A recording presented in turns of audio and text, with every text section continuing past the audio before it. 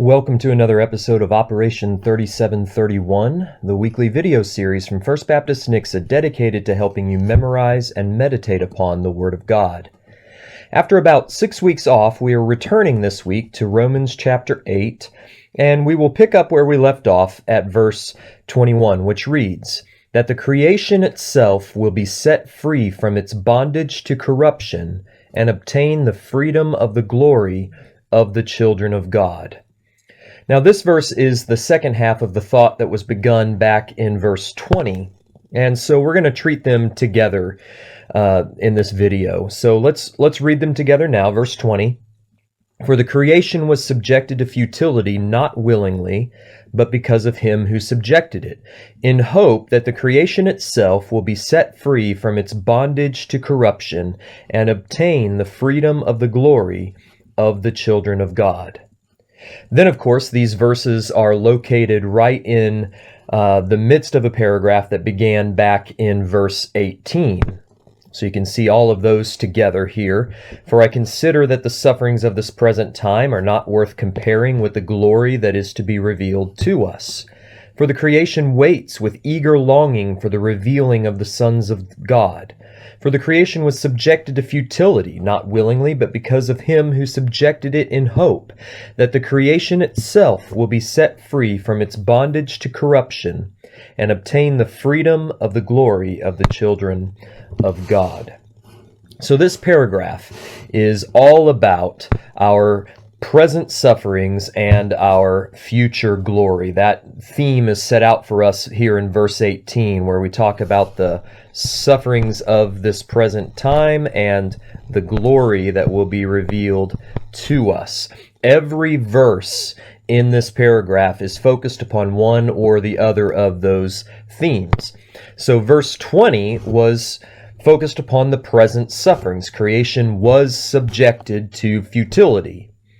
And verse 21 then is focused upon our future glory. So let's meditate upon this text today by noting 2 points. First, let's look back at verse 20 and let me remind you of the present state of creation. Verse 20 stated that creation was subjected to futility, not willingly, but because of him who subjected it, and that him was God.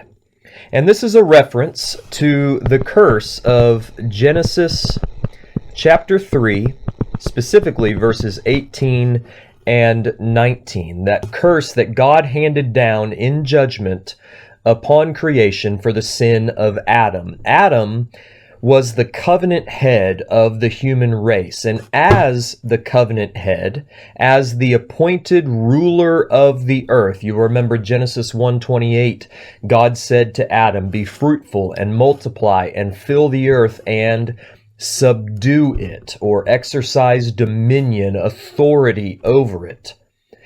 We were granted, the human race was granted authority over all creation, dominion over all creation. So when Adam fell, not only was the entire human race, Adam being the covenant head of the whole human race, not only was the entire human race plunged into a state of sin, condemnation, and death, but all of creation was subjected to futility. Genesis 3:18 and 19 says, "Thorns and thistles that is the earth, shall bring forth for you, and you shall eat the plants of the field. By the sweat of your face you shall eat bread." In other words, it's going to take a lot of labor to get fruitfulness out of the earth now. It is in a state of futility. And it is because this futility to which God subjected all creation as a judgment upon man for his sin, that things are in creation the way that they are. Disease, famine, drought, plagues, death, earthquakes, volcanic eruptions, the whole works resulted from man's sin. But we note that futility is not the final word in creation. Verse 20 ended with these 2 words, "in hope." Now, I actually think it would be better if we put "in hope" in with verse 21, but we'll leave it the way the ESV has it. "In hope that the creation itself will be set free from its bondage to corruption and obtain the freedom of the glory of the children of God. God subjected all creation to futility in hope. In hope of what?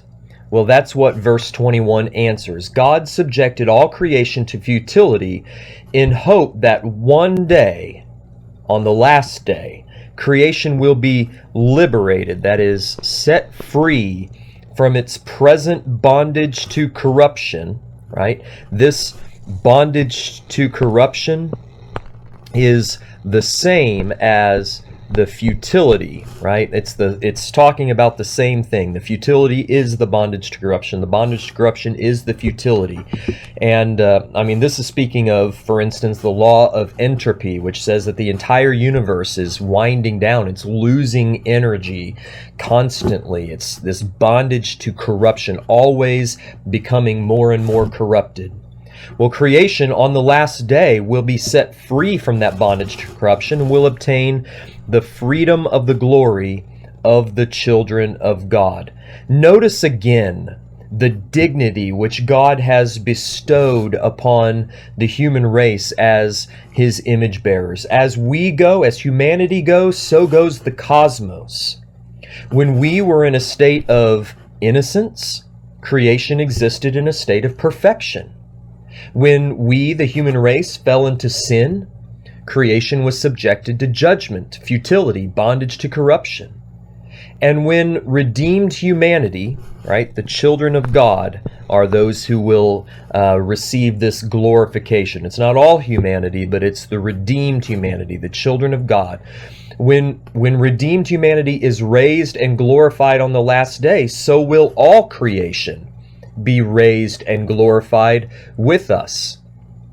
In other words, not only will we, the redeemed humanity, the children of God, receive new and perfect bodies that can never die, never decay, never perish, but so will creation itself receive a new and glorified body, so to speak, that can never again be subjected to futility and corruption. So this freedom of the glory is a reference to being raised and glorified.